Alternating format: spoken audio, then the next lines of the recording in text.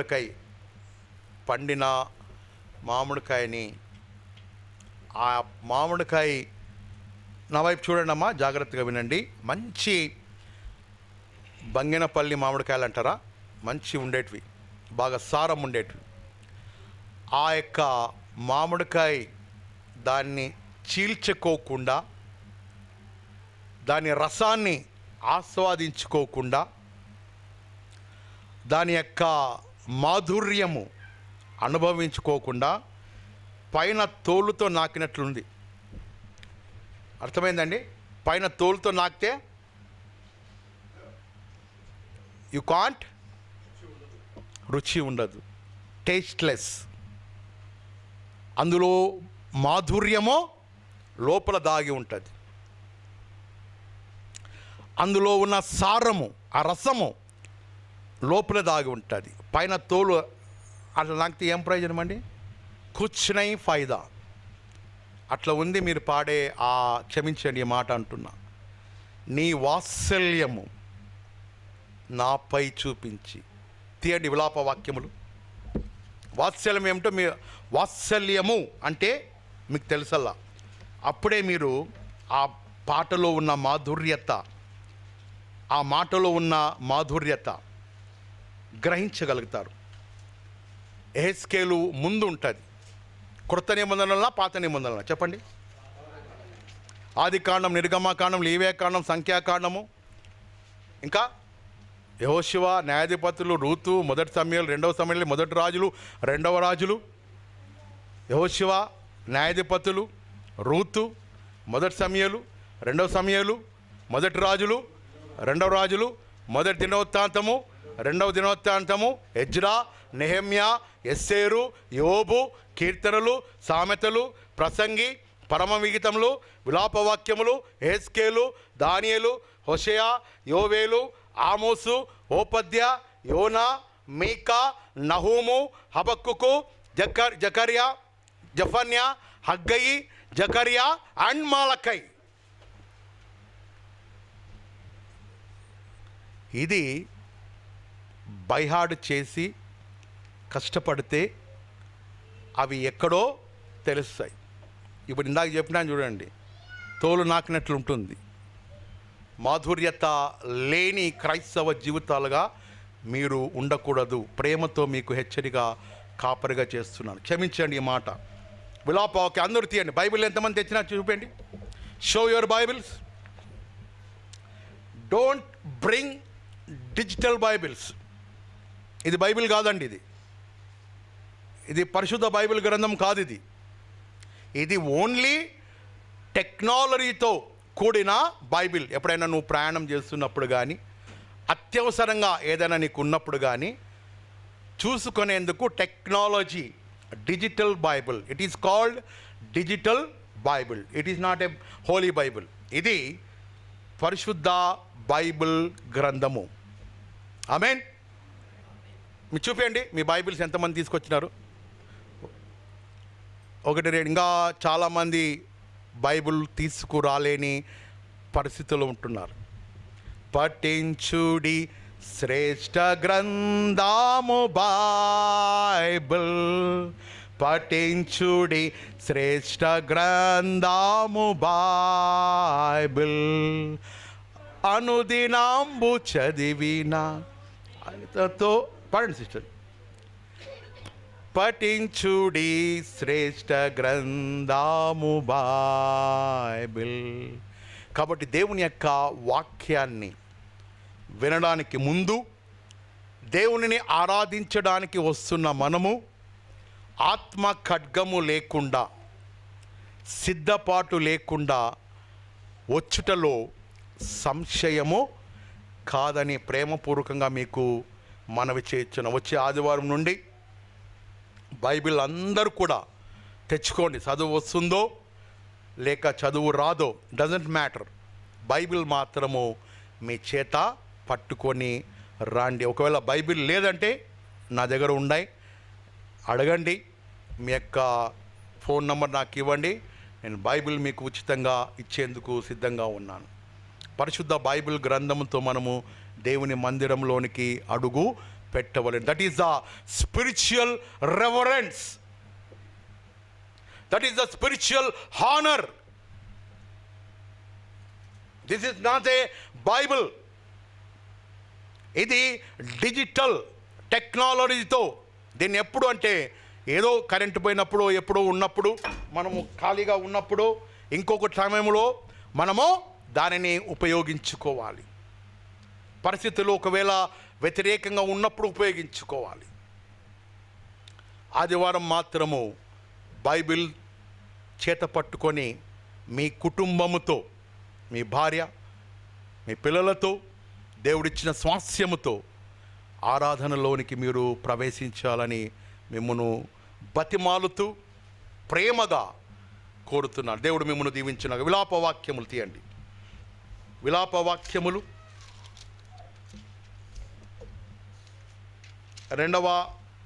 3వ అధ్యాయము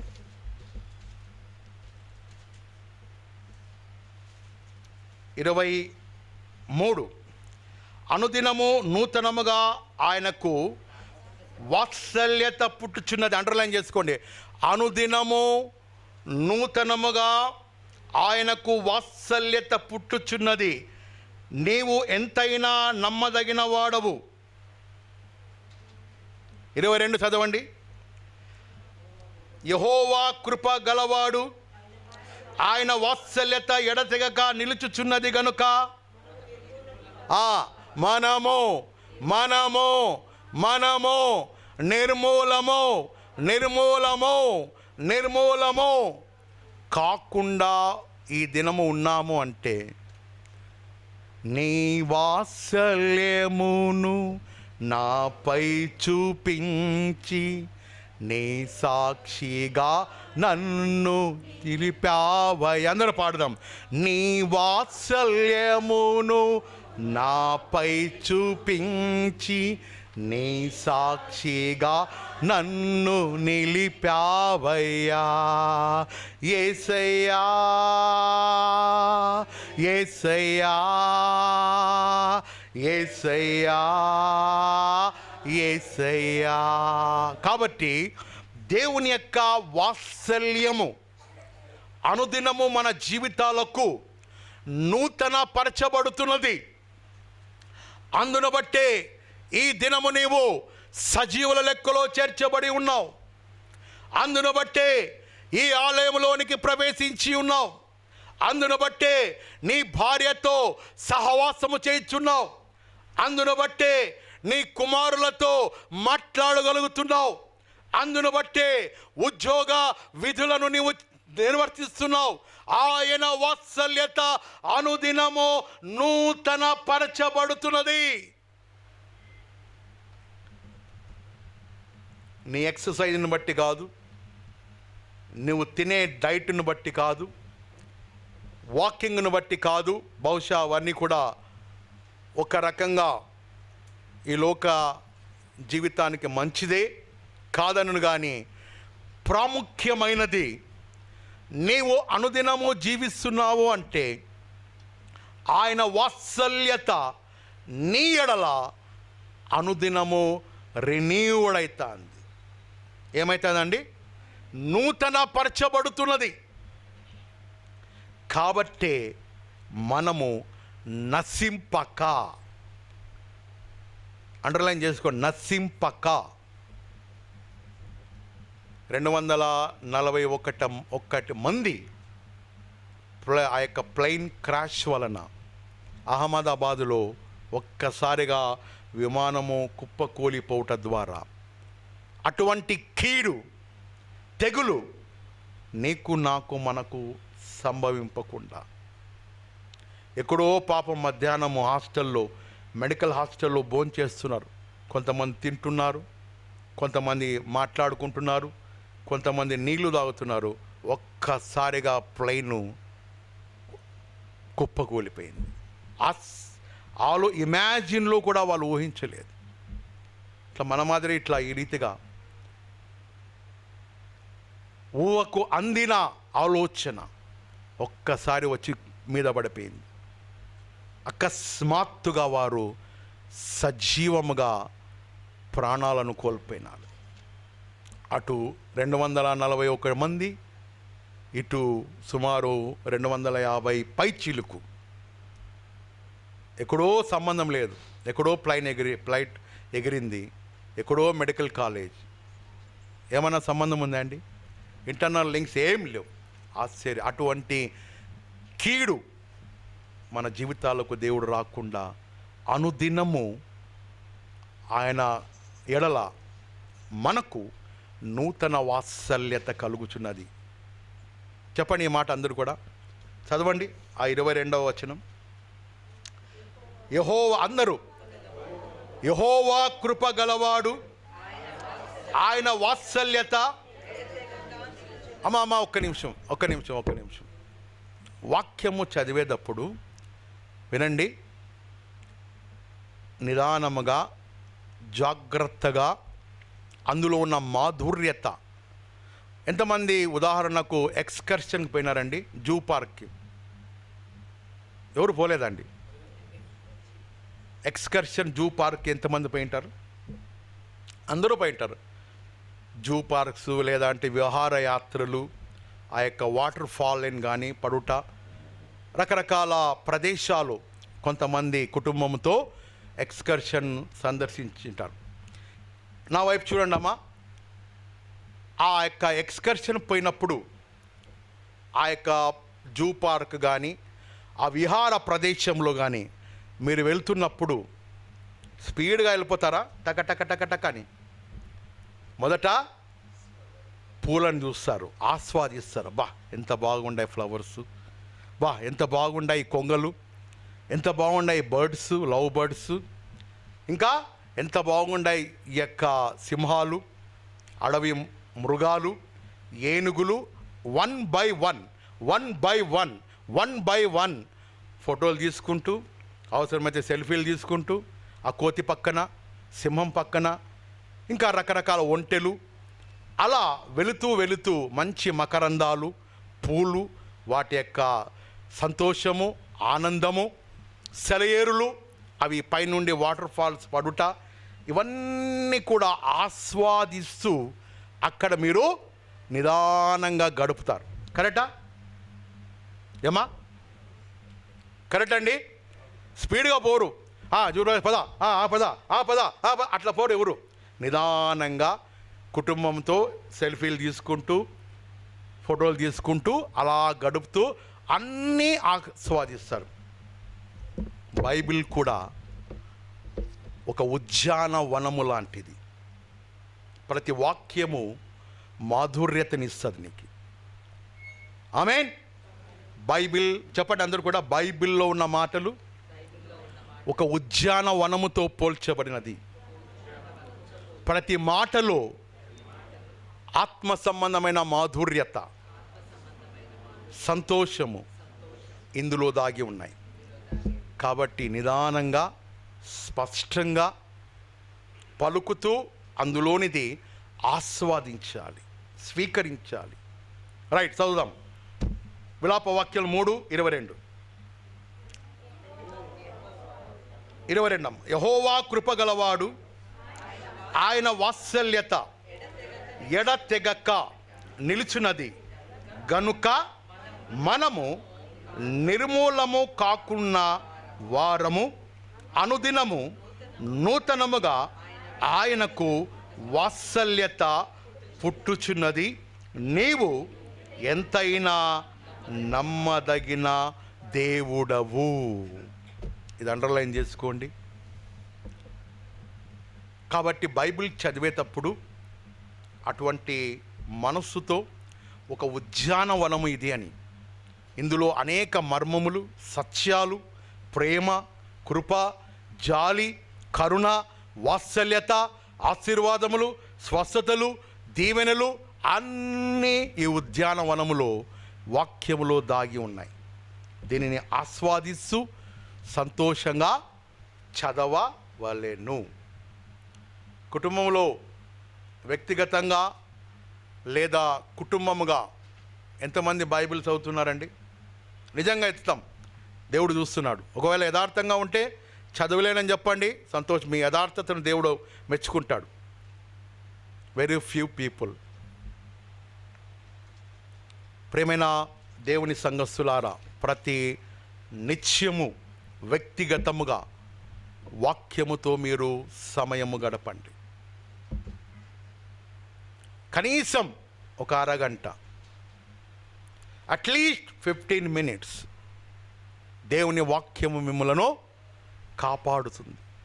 దినములు చెడ్డవి, రోజులు భయంకరమైనవి, అపాయకరమైన కాలంలో మనం ఉంటున్నాం. దుర్దిన కాలంలో మనం ఉంటున్నాం. మనిషి యొక్క జీవితానికి నో గ్యారంటీ. బయటకు వెళ్ళిన భర్త, బయటకు వెళ్ళిన పిల్లలు, బయటకు వెళ్ళిన ఉద్యోగరీతిగా సతీమణి ఇంటికి వస్తుందో రాదో అటువంటి దుర్దినములలో జీవిస్తూ ఉన్నాం. అపాయకరమైన కాలఘట్టములో ఉంటున్నాం. తల్లిదండ్రులుగా మీ పిల్లల విషయమై ప్రార్థించండి. వారి ఎదుగుదల, వారి యొక్క ఆత్మీయ జీవితము, బాల్య దశలో వాక్యమందును, ప్రార్థనయందును, సహవాసమందును వారి పెంచుటలో శ్రద్ధ వహించండి. దుర్దినములలో, అపాయకరమైన రోజులలో మనము జీవిస్తూ ఉన్నాం. దేవుని యొక్క వాక్యము అవసరమై ఉన్నది. దేవుని యొక్క వాక్య భద్రత. కీర్తన 103:11 భూమి కంటే ఆకాశం ఎంత ఉన్నతంగా ఉన్నదో యెహోవా యందు భయభక్తులు గల వారి ఎడల, చెప్పండి, ఆయన కృప అంత అధికముగా ఉంటుందని సెలవిచ్చిన దేవుడు, వాగ్దానము చేసిన దేవుడు, నమ్మదగిన దేవుడు. అటువంటి నిశ్చయతతో, విశ్వాసముతో వాక్యము ఎడల జాగ్రత్త వహిస్తూ ప్రార్థనా జీవితాలు కలిగి ఉండి, యెహోషువ ఏమని సెలవిచ్చినాడు చెప్పండి? ప్రెసిడెంట్ గారు చెప్తున్నారు. What about rest of the majority people? ఏమా స్త్రీలు మధ్యలో ఉన్నవారు చెప్పండి అమ్మా. వినపడలేదా?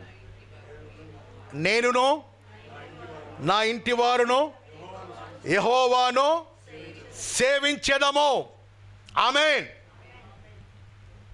అలా మీరు ప్రతి ఆదివారము తప్పక కుటుంబముతో బైబిల్ చేత పట్టుకొని ప్రార్థనాపూర్వకంగా సిద్ధపాటు కలిగి సంఘానికి వచ్చినడల ఆశీర్వాదములు, దైవికమైన భద్రత, కృప, కాపుదల మీ పిల్లలకు, కుటుంబాలకు దేవుడు అనుగ్రహిస్తాడు.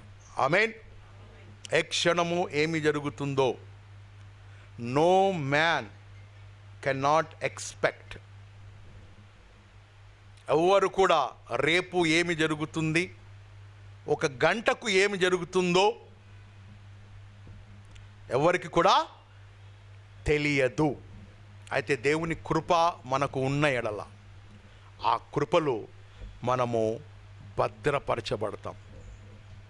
మహోన్నతిని చాటున నివసించువాడే సర్వశక్తుని నీడను విశ్రమిస్తారు.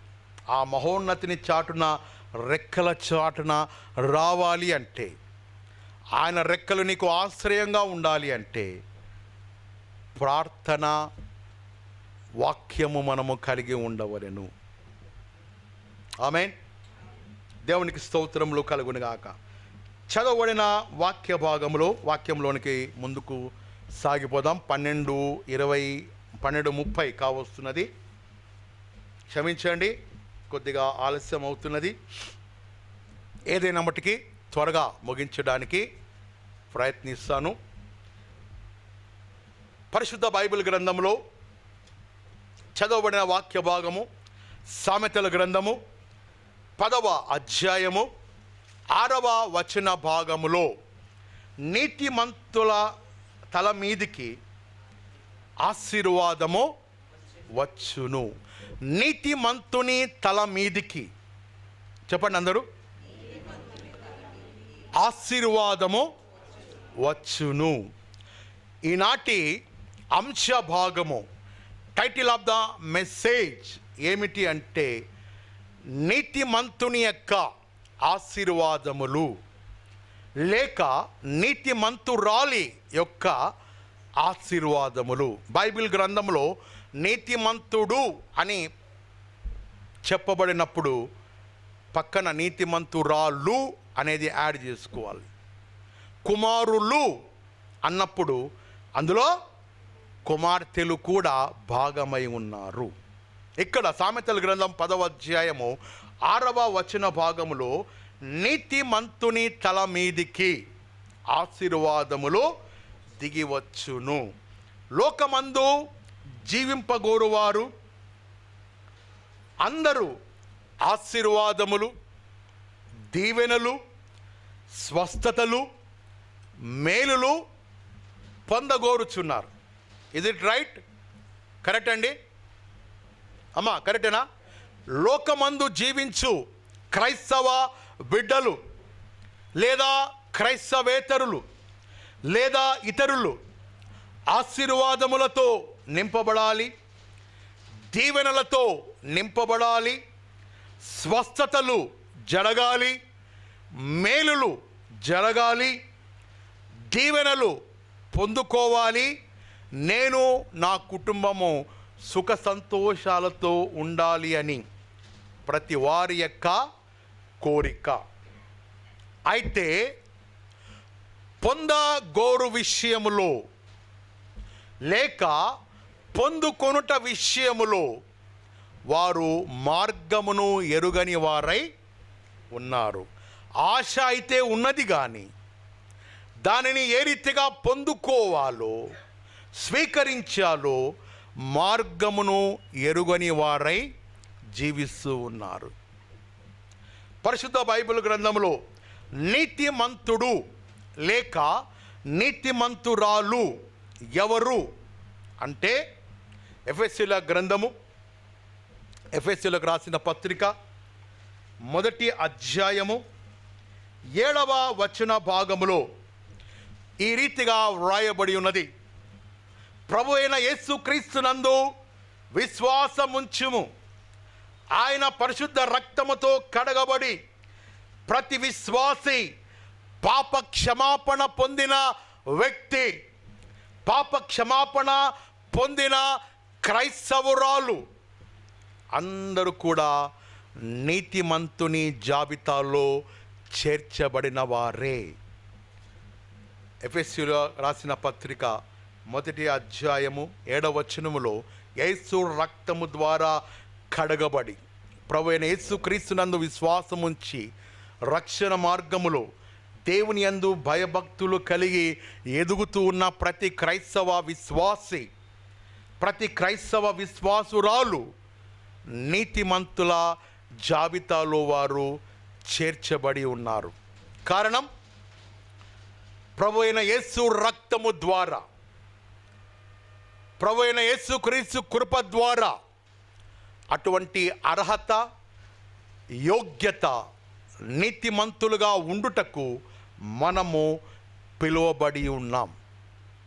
మన స్వనీతిని బట్టి కాకుండా, మన యొక్క సహాయ సహకారాలను బట్టి కాకుండా, ఆ ప్రభు యొక్క రక్తమును బట్టి, ఆ ప్రభు యొక్క నామమును బట్టి, ఆ ప్రభుల వారి కృపను బట్టి మనకు రాజులుగా, యాజకులుగా, దేవుని స్వాస్యముగా, దేవుని బిడ్డలుగా, దేవుని కుమారులుగా, నీతిమంతులుగా జీవించడానికి అర్హత పొంది ఉన్నాము ఆయన రక్తము ద్వారా. చెప్పండి అందరూ.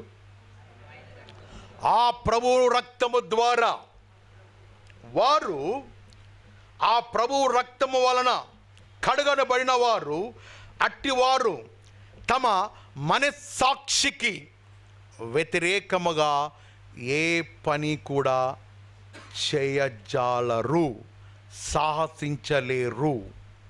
ఇది నీతిమంతుని యొక్క జయ జీవితము. ఆమేన్. పరిశుద్ధ బైబిల్ గ్రంథంలో నీతిమంతుని గూర్చిన ఆశీర్వాదములు, నీతిమంతునిగా జీవిస్తే లేదా నీతిమంతురాలుగా ప్రవర్తిస్తే, జీవిస్తే ఏమిటి లాభం? What is the benefit about righteousness? నీతిమంతునిగా నేను, నా కుటుంబము, నా భార్య జీవిస్తే ఏమిటి లాభము అంటే, పరిశుద్ధ బైబిల్ గ్రంథంలో నీతిమంతుని గూర్చి ఆశీర్వాదములు ఏమిటి అనేది వ్రాయబడి ఉంది. వాటిని మనము వాక్య కోణములో పరిశీలిద్దాం. మొదటిగా ద్వితీయోపదేశకాండం 28వ అధ్యాయము 2వ వచనం. ద్వితీయోపదేశకాండము 28:2 మీరు ఇంటికి వెళ్ళిన తర్వాత అండర్లైన్ చేసుకోండి. అక్కడ ఆయన ఆజ్ఞలను నీవు గైకొనిన ఎడల,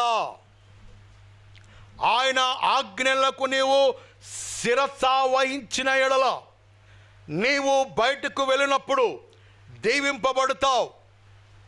నీవు లోపటికి వచ్చినప్పుడు దీవింపబడతావు. నీ కుమారులు కుమార్తెలు, నీవు పిండి పిసుకు సమస్తము కూడా, నీ గృహము అనేక మేలులతో, ఆశీర్వాదములతో, దీవెనలతో దీవింపబడుదురు అని నీతిమంతుని గూర్చిన ఆశీర్వాదములు ద్వితీయోపదేశకాండము 28వ అధ్యాయము 2వ వచనములో అనేక ఆశీర్వాదములు అందులో దాగి ఉన్నాయి. ఆమేన్. నేను దానిని విశదీకరించుటకు సమయము లేదు. రెండవదిగా నీతిమంతునిగా జీవిస్తే ఆశీర్వాదములు ఏమిటి అంటే, సామెతల గ్రంథము 10వ అధ్యాయము 25వ వచన భాగములో, నీతిమంతుడు నిత్యము నిలచు కట్టడము వలె ఉందురు. ఒక భవనాన్ని మనం గమనిస్తే అది నిత్యము కూడా నిలకడగా ఉంటుంది. అలా నీతిమంతునిగా జీవిస్తే లేక నీతిమంతురాలుగా జీవిస్తే నీ ఆత్మీయ జీవితము, నీ భూ సంబంధమైన జీవితము నిత్యము నిలచు ఒక కట్టడం వలె ఉంటారంట. కదల్చబడరు. ఆమేన్. హల్లెలూయా. అదే రీతిగా సామెతల గ్రంథము 10:25లో నీతిమంతుడు నిత్యము నిలచు కట్టడం వలె ఉందురు. సామెతల గ్రంథము 11:10లో నీతిమంతుడు వర్ధిల్లుట పట్టణానికి ఆశీర్వాదము. సామెతలు 11:10లో నీతిమంతుడుగా నీవు జీవిస్తే నీ పట్టణానికి అది ఆశీర్వాదము, నీ కుటుంబానికి అది ఆశీర్వాదము, నీ సంఘానికి అది దీవెనకరము. సామెతలు 11:10లో నీతిమంతుడుగా నీవు జీవిస్తే నీ పట్టణానికి, నీ సంఘానికి, నీవు చేసిన ఉద్యోగములో ఆశీర్వాదములు చూడగలుగుతారు. నాలుగవదిగా సామెతల గ్రంథము 15వ అధ్యాయము 6వ వచన భాగములో, నీతిమంతుని ఇల్లు గొప్ప ధననిధి. ఆమేన్. నీవు నీతిమంతుడుగా జీవిస్తే లేదా నీతిమంతురాలుగా జీవిస్తే నీ కుటుంబంలో ధన సమృద్ధి, ఆశీర్వాదములు పుష్కలంగా సమృద్ధిగా ఉంటాయి. అది అటువంటి ఆశీర్వాదంతో కూడిన దీవెనలు నీతిమంతునికి దేవుడు పరిశుద్ధ బైబిల్ గ్రంథములో అనుగ్రహించినాడు. అంత మాత్రమే కాదు కానీ సామెతల గ్రంథము 28వ అధ్యాయములో నీతిమంతుడు సింహము వలె, చెప్పండి, ధైర్యముగా ఉందురు, జడియరు, దిగులు పడరు, వేదన పడరు, దుఃఖము పడరు. సింహము వలె ఆ లయన్ బోల్డ్నెస్తో ఈ లోకయాత్రలో వారు అన్నిటి యందు ధైర్యముగా ఎదుర్కొందురు. ఇవన్నీ కూడా నీతిమంతునికి దేవుడు అనుగ్రహించే ఆశీర్వాదములు. ఆమేన్ చెప్దామా? ఆమేన్, ఆమేన్. అంత మాత్రమే కాదు కానీ పరిశుద్ధ బైబిల్ గ్రంథంలో దావీదు తన జీవిత అనుభవములో నీతిమంతుని గూర్చి కొన్ని వాక్యాలు ఆయన వ్రాసినాడు. కీర్తనలు 37వ అధ్యాయము 25వ వచనం తీయండి అందరూ. కీర్తనలు 37:25 వచనం. వ్యర్థమైన, చదవండి అమ్మా. మీరు బైబిల్ చదువుటలో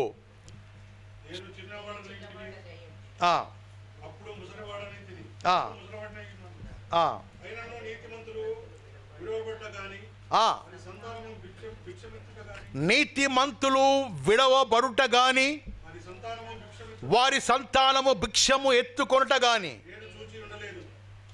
నేను చూచి ఉండలేదు. ఇది దావీదు తన జీవిత అనుభవంలో గుర్తించి సెలవిచ్చిన మాట. నీతిమంతుడు వాని సంతతి భిక్షము ఎత్తుట గాని నేను చూసి ఉండలేదు. ఇది నీతిమంతునిగా జీవించే వారికి అనుగ్రహింపబడే ఆశీర్వాదం. మరొక ఆశీర్వాదం చూద్దాం. కీర్తనలు 24 అధ్యాయము 4-5. వ్యర్థమైన దాని యందు మనస్సు నిలుపక అనే మాట ఉంటుంది చూడండి. వ్యర్థమైన వాటి యందు మనసు పెట్టకయు కపటముగా ప్రమాణములు చేయకయు నిర్దోషమైన చేతులను శుద్ధమైన హృదయము కలిగి ఉండువాడే వాడు యెహోవా వలన ఆశీర్వాదములు పొందును. ఇది దావీదు తన జీవిత అనుభవములో గుర్తించి నీతిమంతుని యొక్క ఆశీర్వాదములను గురించి వ్రాయిచున్న ఆత్మీయ సత్యపు మాటలు. చివరిగా రోమాపత్రిక అపోస్తలుడైన పౌలు రోమీయులకు రాసిన పత్రిక 10:10 నీతి కలుగునట్లు అనే మాటతో ప్రారంభించబడతాను. చూడండి. మనుష్యుడు ఏలయనగా నీతి కలుగునట్లు మనుష్యుడు హృదయములో విశ్వసించును, రక్షణ కలుగునట్లు నోటితో ఒప్పుకొనును. మనము రక్షణ పొందాలి అంటే, నీతిమంతునిగా జీవించాలి అంటే, నీతి కలుగునట్లు మనము నోటితో ఒప్పుకొని రక్షణ పొందినట్లు హృదయములో అంగీకరించిన ఎడల రక్షణ భాగ్యమును మనము పొందుకుంటాం. ఆ రక్షణ భాగ్యము పొందుకొని యేసు రక్తము ద్వారా కడగబడి నీతిమంతుని యొక్క జాబితాలో మనము చేర్చబడి ఆ నీతిమంతుని యొక్క వాగ్దానములు, ఆశీర్వాదములు, దీవెనలు పొందుకొనుటకు మనము అర్హులుగా పిలువబడతాం. ఆమేన్.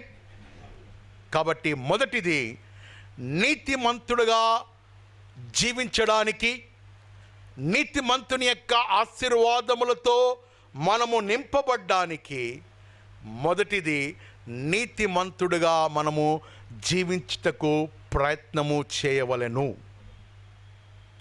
అది మన బలము చేత కాకపోవచ్చు, మన ఆలోచన చేత కాకపోవచ్చు, మన జ్ఞానము ద్వారా కాకపోవచ్చు, కానీ ఆయన ఆత్మ ద్వారా, పరిశుద్ధాత్మ దేవుని శక్తి ద్వారా, ప్రార్థన ఆత్మ ద్వారా, ఆయన కృప ద్వారా, వాక్యము ద్వారా అటువంటి కృప దేవుడు మనకు అనుగ్రహించునుగాక. ఆమేన్.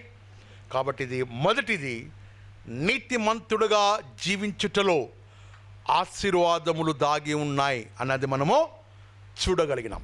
రెండవది, త్వరగా ముగిస్తానండి. రెండవది, నమ్మకమైన వానికి దీవెనలు కలుగుతాయి. మొదటి చెప్పండి అందరూ.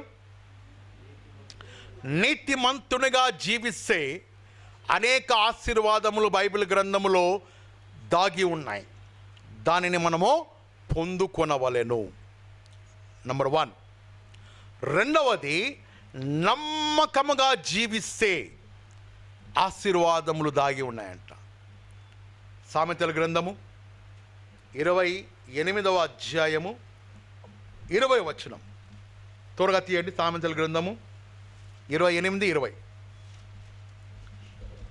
అమ్మా, కీర్తనల తర్వాత ఉంటుందమ్మా. గట్టిగా చదవండి. ఆ మైక్ తీసుకోండి అమ్మా, చదవండి. నమ్మకమైన వానికి దీవెనలు మెండుగా కలుగుతాయి. చాలమ్మా. నమ్మకమైన వానికి దీవెనలు మెండుగా కలుగుతాయి. పరిశుద్ధ బైబిల్ గ్రంథంలో నమ్మకమైన వారు ఎవరు జీవించినారు అంటే ఒక 5 మంది. అందులో భాగంగా ఆదికాండము 6వ అధ్యాయము 9వ వచన భాగములో నోవహు నీతిపరుడు, తన తరములలో నిందారహితుడుగా జీవించెను. ఆదికాండము 6వ అధ్యాయము 9వ వచన భాగములో ఈ మాట వ్రాయబడి ఉంటుంది. నోవహు నీతిపరుడును, తన తరములలో నిందారహితుడుగా జీవించెను. నా వైపు చూడండి. ఎలాంటి తరము? అక్రమ విషయములలో నోవహు కాలపు ప్రజలు తమ శరీర కార్యముల యందు అక్రమ విషయములలో నరమాతృలుగా జీవించినారు. దేవుడైన యెహోవా వారిని దృష్టించినప్పుడు, ఎందుకు నేను వీరిని సృష్టించితినా? దేవుడైన యెహోవా మనస్సు చలించిపోయినది. తమ అక్రమ విషయములలో శరీరానుసారంగా జీవిస్తున్నారు. తినుచు, త్రాగుచు, పెండ్లాడుచు, వివాహము చేసుకొనుచు, నాట్యమాడుచు, దేవుని భయము లేకుండా, దేవుని భక్తి లేకుండా, దేవునితో సహవాసము లేకుండా జీవిస్తున్న ఆ రోజులలో నోవహు నీతిమంతుడుగా, నిందారహితుడిగా తాను, తనకు అనుగ్రహింపబడిన భార్య, తన సంతతిని, కుమారులను, కోడళ్లను ఆయన నీతి మార్గములలో వారిని నడిపిస్తూ భయభక్తులుగా జీవించినటువంటి వ్యక్తి నోవహు. అర్థమైందండి? వెనుకున్నవారు అర్థమైందండి? ఆమేన్. కాబట్టి ఆ రీతిగా జీవించిన నోవహుకు దేవుడు అనుగ్రహించిన కృప ఏమిటంటే, జల ప్రళయము నుండి, నాశనము నుండి తాను, తన కుటుంబాన్ని, తనకు అప్పగించిన బాధ్యతనంతటినీ దేవుడు కాపాడినాడు. వింటున్నారమ్మా? వెనుకోకుండా మీ చెవులను వేరొక ఆలోచన వైపు మీరు పోనీయద్దండి. ఇది డెవిల్స్ ప్లాన్. వాక్యంలో చెప్పబడిన రీతిగా దురద చెవులు కలిగిన వారై వాక్యము నాకు పెడ చెవిన పెట్టువారు. ఇది సాతాను యొక్క మహాకుట్ర. వాక్యమును వాడు విననీయడు. వాక్యం వింటే ఎదుగుతారు, వాక్యములో ఫలిస్తారు. వాక్యము వినుట ద్వారా విశ్వాసములో మీరు అభివృద్ధి చెందుతారు, రక్షణలో అభివృద్ధి చెందుతారు, దేవుని కృపలో విస్తరిస్తారు, ప్రార్థనా జీవితంలో ఎదుగుతారు. వాక్యము వెనుకోకుండా చేయుటయే వాని ప్రధాన లక్షణం. కాబట్టి నోవహు జీవితంలో నీతిమంతుడుగా జీవించినాడు. ఆ కాలపు మనుషులతో సాంగత్యమును చేయక ప్రత్యేకింపబడిన వ్యక్తిగా, నిందారహితుడిగా తాను, తన కుటుంబము, తన పిల్లలను దేవుని మార్గములో జీవించిన కారణమును బట్టి జల ప్రవాహము నుండి, నాశనం నుండి నోవహు తప్పింపబడినాడు. ఆ నోవహు ఆ యొక్క పరిస్థితులు దేనికి సాదృశ్యంగా ఉన్నాయి అంటే ఈ కాలానికి సాదృశ్యంగా ఉన్నాయి. ఆమేన్. యేసుక్రీస్తు ప్రభుల వారు ఈ లోకంలో జీవిస్తున్న రోజులలో, అయ్యా నీ రాకడకు సూచనలు ఏమిటి అన్నప్పుడు ఏమన్నాడండి? చెప్పాలండి. నోవహు సంగతులను జ్ఞాపకం చేసుకొనుడి. Remember the days of Noah. మనుషులు ఈ దినము తినుచు, త్రాగుచు, సుఖించుచు, నాట్యమాడుచు, దేవుని యందు భయభక్తులు లేకుండా లోకానుసారంగా, శరీరానుసారంగా, నేత్రానుసారంగా తమ అక్రమ విషయములలో నరమాతృలుగా ఈనాడు ప్రజలు జీవిస్తున్నారు. కరెక్టా? నోవహు కాలము వలె విచ్చలవిడిగా దేవుని భక్తి లేకుండా ఇండ్లు కట్టుకొనొచ్చు, పెళ్ళిళ్ళు చేసుకొనొచ్చు, క్లబ్బులు, పబ్బులు, త్రాగుడు, వ్యభిచారము, అశ్లీలమైన లోక ఆకర్షణల వైపు అనేకులు ఈనాడు సాగిపోతున్నారు. రక్షింపబడిన ఓ క్రైస్తవుడా, ఓ స్త్రీ, ఓ సంఘమా, నోవహు వలె నీవు నీ కుటుంబం ఎడల నీతి మార్గములో నీవు నడిపించుచున్నావా? నీ కుటుంబాన్ని దేవుని మార్గము వైపు వారిని ఆకర్షింపచేయుచున్నావా? ఇదిగో ఆయన రాకడ బహు సమీపముగా ఉన్నది.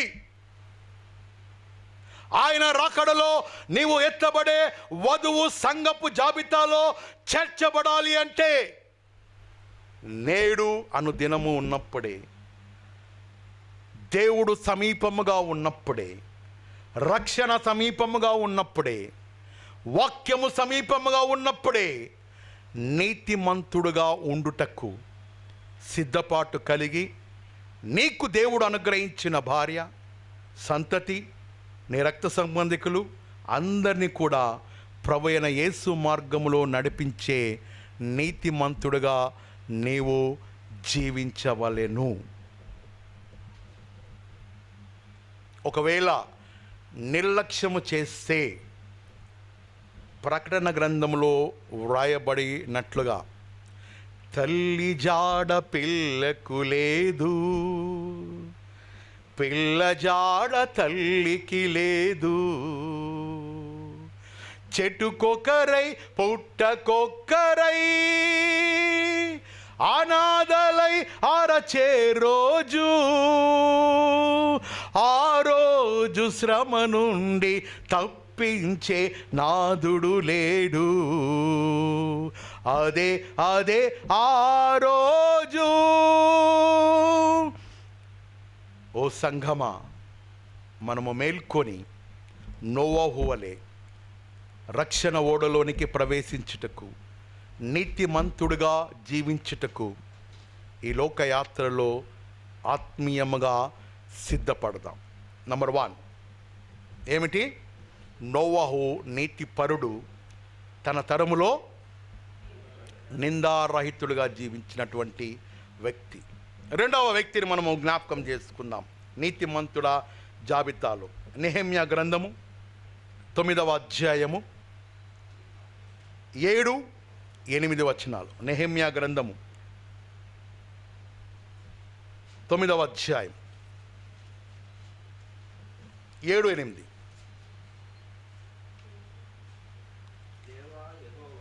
దేవా యెహోవా అబ్రహామును ఏర్పరచుకొని కల్దీయుల ఊరు అను స్థలము నుండి యువతలకు అతనిని రప్పించి అతనికి అబ్రహాము అని పేరు పెట్టి పెట్టిన వాడవు నీవే. అండర్లైన్ చేసుకోండి. అతడు నమ్మకమైన మనస్సు కలిగిన వాడై. చాలండి. Thank you brother. చెప్పండి అందరూ కూడా. నమ్మకమైన మనస్సు కలిగిన వాడై జీవించినాడు. దేవుని ఆజ్ఞకు లోబడి దేవుని మార్గముల వైపు వెళ్ళినాడు.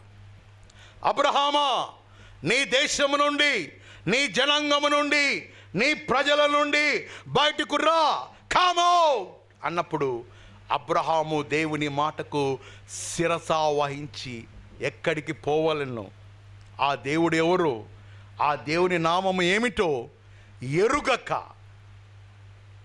దేవుణ్ణి వెంబడించినటువంటి బ్లైండ్, లిటరలీ వాజ్ టోటలీ బ్లైండ్గా వెంబడించినాడు.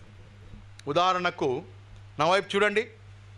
మనము ఎక్కడికైనా మనము వెళ్ళి నివసించాలి అంటే ట్రాన్స్ఫర్ విషయంలో కానీ లేదా ఇతర ప్రదేశాలకు ఏదైనా కొంతకాలం వెళ్ళాలి అంటే మనము అన్నీ చూసి ఆచి తూచి వడగట్టి మొట్టమొదటిగా చూసేది ఏమిటంటే అక్కడ ఇంటర్నెట్ ఫెసిలిటీ ఉందా, వైఫై ఫెసిలిటీస్ ఉన్నాయా. సపోజ్ ఎక్కడో అడవికి అనుకోండి ప్రాంతంలో దేవుడు రమ్మంటే, దేవా అక్కడ ఇంటర్నెట్ ఫెసిలిటీస్ ఉన్నాయా, మా పిల్లలకు చదువుకునేందుకు దగ్గరలో పరిసర ప్రాంతాల్లో మంచి స్కూల్స్ ఉన్నాయా,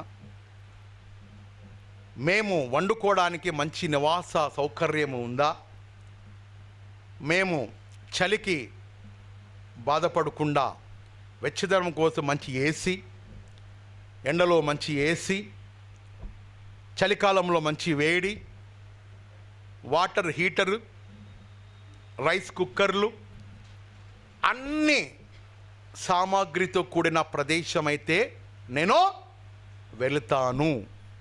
ఇటువంటి ఆలోచన మనకు.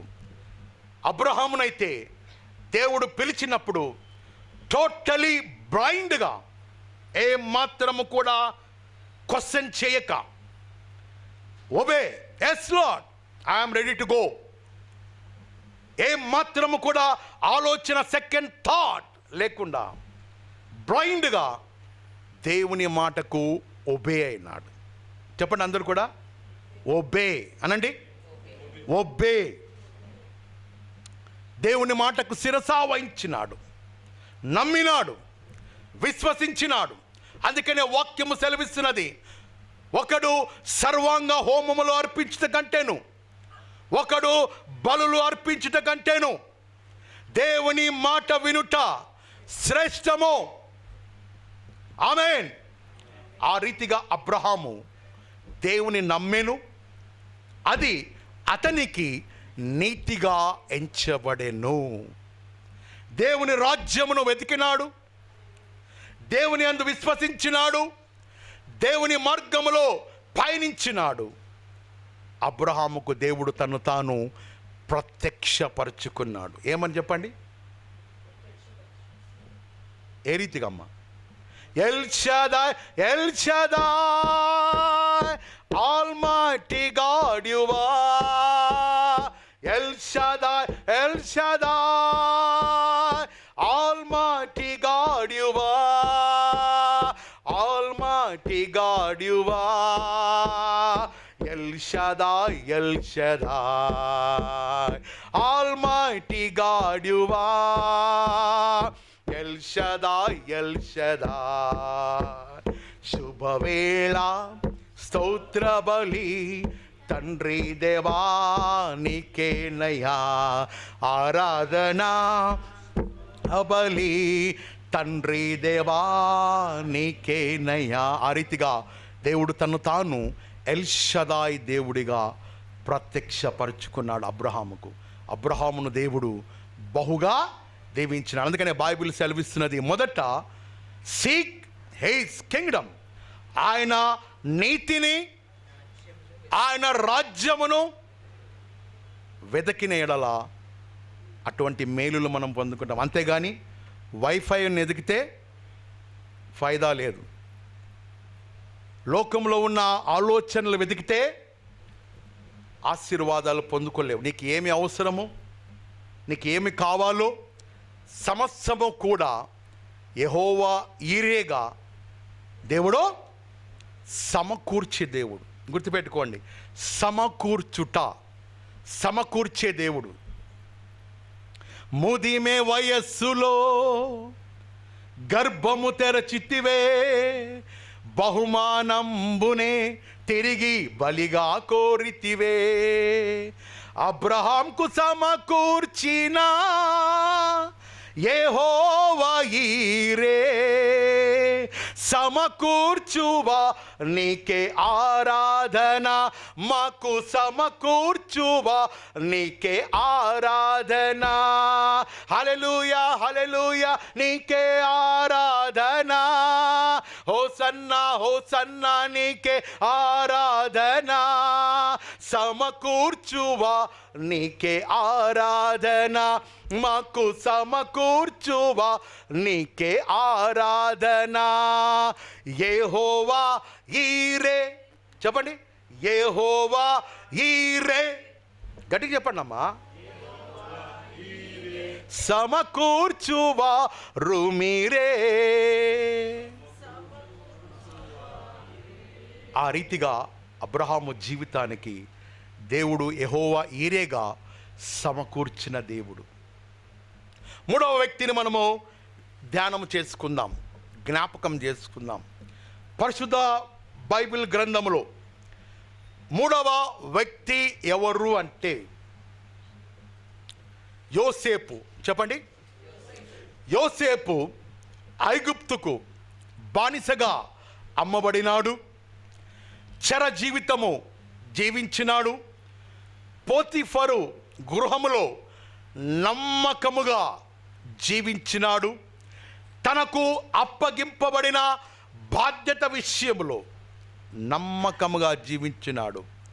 ఆ నమ్మకత్వాన్ని దేవుడు గమనించి చేయని నేరానికి శిక్ష అనుభవిస్తున్నప్పటికీ, శ్రమల మధ్య, నా వైపు చూడండి, వేదనల మధ్య, దుఃఖముల మధ్య, ఒంటరితనముతో, నిరాశతో, నిస్పృహలతో బాధపడుతున్న సమయములో కూడా యోసేపు నమ్మకముగా దేవునికి జీవించినాడు.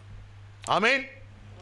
ఆ నమ్మకత్వాన్ని దేవుడు చూచి యోసేపును దేవుడు ఆశీర్వదించినాడు. ఎంతగా అని చెప్తారా? ఫలించడి యోసేపు అనగా ఫలించడి కొమ్మగా యోసేపును దేవుడు బహుగా ఐగుప్తు దేశానికి 2వ చక్రవర్తి స్థానమును దేవుడు కల్పించినాడు. దానికి గల కారణము యోసేపు శ్రమల మధ్య, వేదనల మధ్య, దుఃఖ సమయములలో, ఒంటరి పోరాటములలో దేవునికి నమ్మకస్తుడుగా జీవించినటువంటి వ్యక్తి. మనము అటువంటి శ్రమలుగిన మనకు వస్తే దేవుడే లేడంటామేమో. దేవుడుంటే నా జీవితంలో ఎందుకు ఈ శ్రమలు? ప్రతి ఆదివారం నేను క్రమంగా మందిరానికి వస్తున్నాను, ఎందుకు మా కుటుంబంలో ఇటువంటి శోధనలు, ఎందుకు శ్రమలు, ఎందుకు మాకే ఈ వేదన, ఎందుకు మాకే ఈ దుఃఖాలు అని రకరకాల ఆలోచనలతో దేవునికి మందిరానికి వచ్చుటలో దూరం అయిపోతాం. యోసేపు ఆ ఆశీర్వాదములు పొందుకోవడానికి, ఫలించేడు కొమ్మగా ఉండడానికి శ్రమల మధ్య దేవునికి నమ్మకస్తుడుగా జీవించినాడు.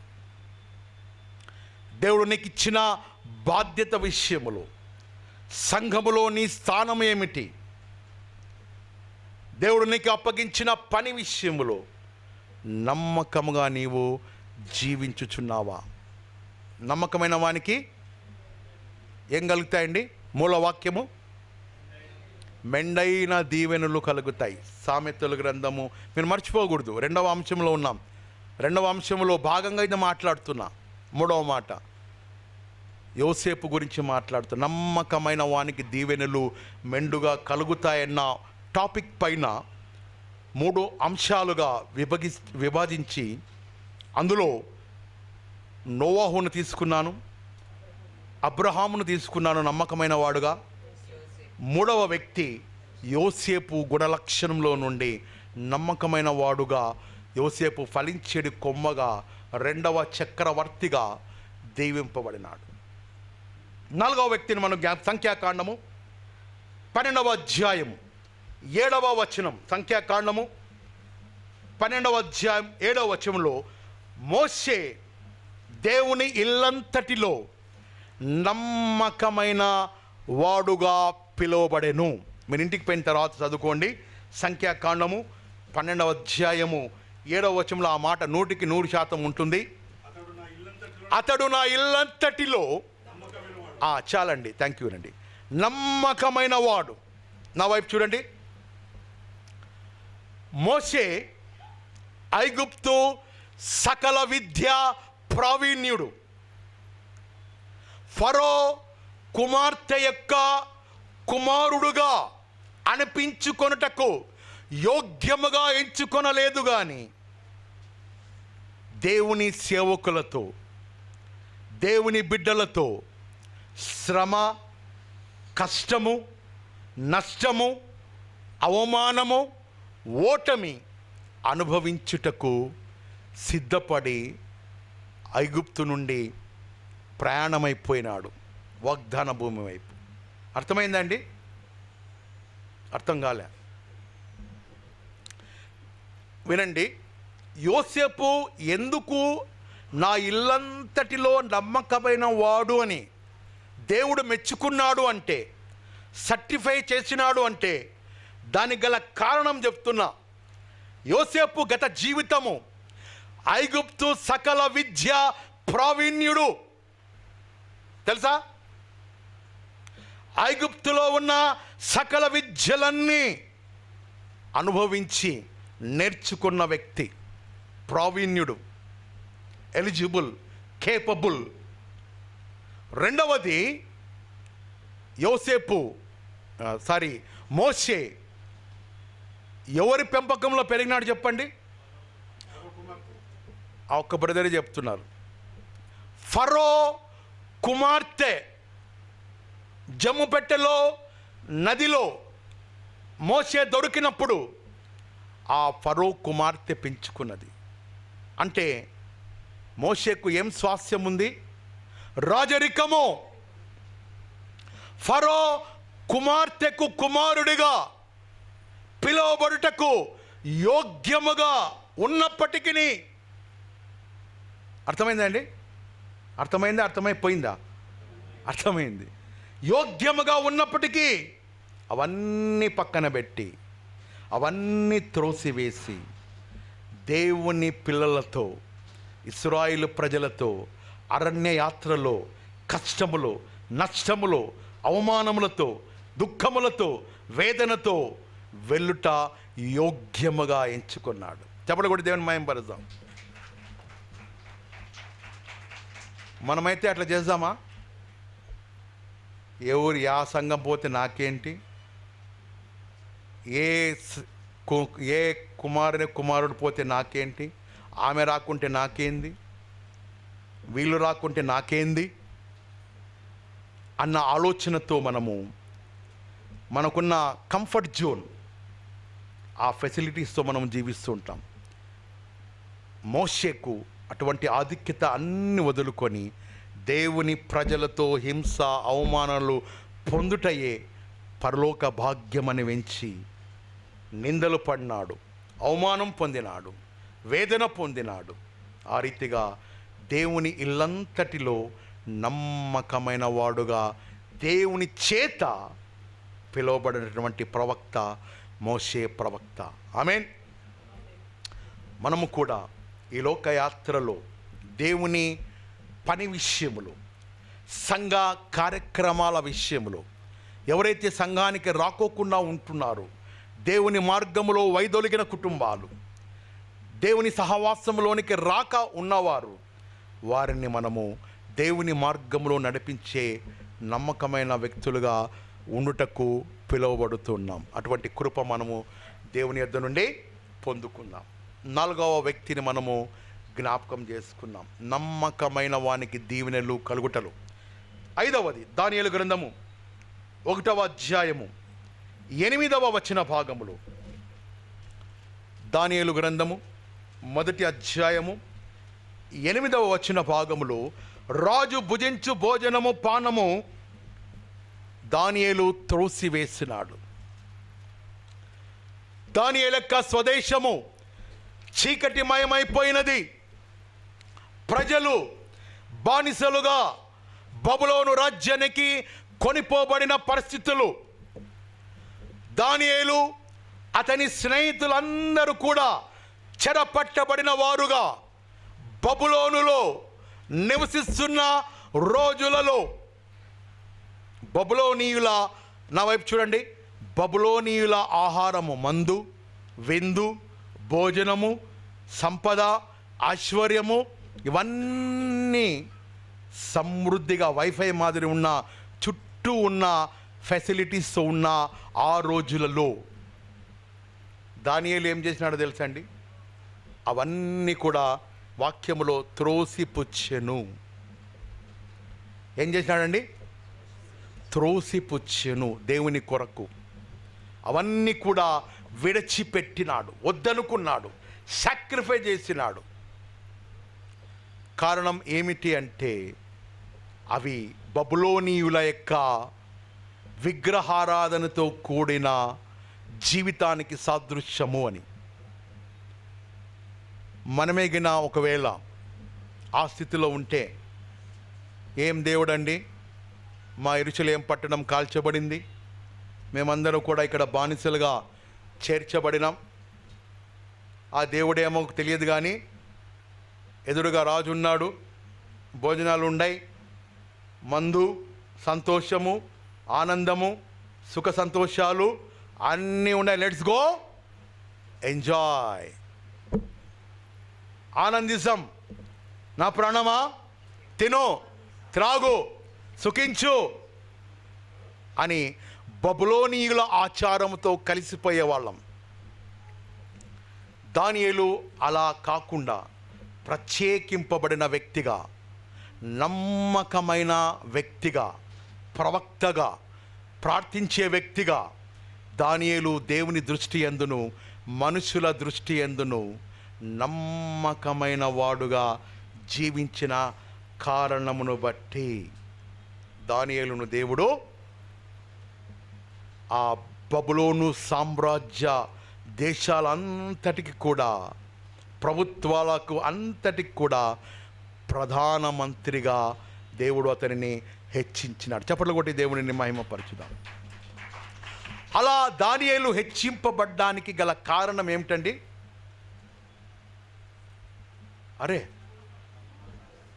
నమ్మకంగా దానియేలు దేవునిని వెంబడించినాడు. ఆ నమ్మకమైన మూలవాక్యం ఏం తీసుకున్నాం?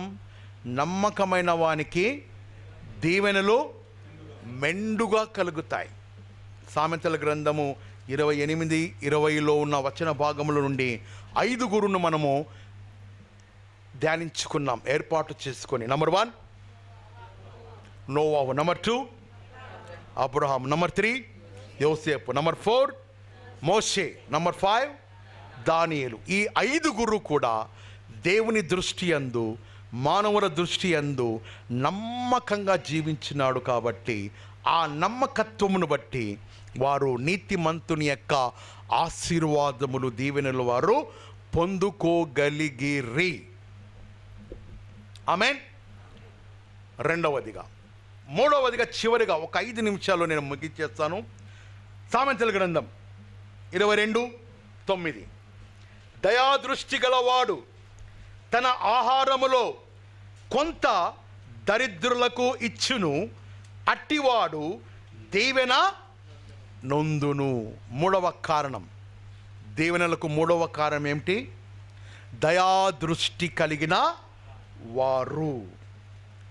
సామెతలు 3:27లో, మేలు చేయుట నీ చేతనైనప్పుడు దానిని పొందగోరు వారికి చేయకుండా నీవు వెను తిరగకూడదు. సామెతలు 3:27. దయాదృష్టి, నా వైపు చూడండి, వాక్యాన్ని ముగిస్తున్నా. దయాదృష్టి గల వారికి మెండైన దీవెనలు దేవుడు అనుగ్రహిస్తాడు. మూడవ టాపిక్. మొదటిది, నీతిమంతుడుగా జీవిస్తే ఆశీర్వదింపబడతాం. రెండవది, నమ్మకంగా జీవిస్తే, దేవుని దృష్టి యందు నమ్మకముగా ఆ 5గురిని పోలిన వ్యక్తిగా మనం జీవిస్తే దీవింపబడతాం. మూడవది, దయా దృష్టి కలిగిన వారై ఉంటే మనము దీవింపబడదాం. పరిశుద్ధ బైబిల్ గ్రంథంలో దయా దృష్టి కలిగి జీవించినటువంటి వ్యక్తులు ఎవరు అంటే యోబు గ్రంథము 29వ అధ్యాయము 12 నుండి 16 వచ్చిన భాగములో, ఇంటికి వెళ్ళిన తర్వాత చదవండి. యోబు గ్రంథము 29, 12, 16లో, గుడ్డి వారికి నేను కన్నునైతిని, కాళ్ళు లేని వారికి నేను పాదమునైతిని, దరిద్రులకు నేను తండ్రిగా ఉంటిని. యోబు తన జీవితంలో దిక్కులేని వారికి, నా వైపు చూడండి, అనాథలకు, కుంటి వారికి, గ్రుడ్డి వారికి అనేక రకాలుగా దయా దృష్టితో తన చేయుతను అందించినటువంటి నీతిపరుడు, దయా దృష్టితో సహాయము చేసినటువంటి వ్యక్తి. అటువంటి వ్యక్తిని చేసిన ఉపకారమును దేవుడు మర్చిపోకుండా జ్ఞాపకం చేసుకొని రెండంతలుగా, ఎన్నంతలుగా అండి? రెండంతలుగా యోబును దేవుడు దీవించినాడు. చెప్పలు కూడా దేవుని మహిమపరచుదాం. మనము కూడా ఇతరుల ఎడల దయా దృష్టి, కుంటివారు, గుడ్డివారు, మూగవారు, చెవిటివారు, దిక్కులేనివారు, అనాథలు, అనేక మంది సమస్యలతో ఉన్నవారు, వేదనతో ఉన్నవారు, దుఃఖంతో ఉన్నవారు, జైలు జీవితం అనుభవిస్తున్నవారు, హాస్పిటల్లో పడకలలో కొన ప్రాణాలతో పోరాడుతున్నవారు, యుద్ధముల ద్వారా అనేకులు ఎంతమందో వేదన పడుతున్నవారు, నిరాశ చెందినవారు, అటువంటి ప్రజల ఎడల దయాదృష్టి కలిగిన వారై ప్రార్థించే సంఘముగా, ప్రార్థించే వ్యక్తులుగా మనము ఉండవలెను. అంతేగాని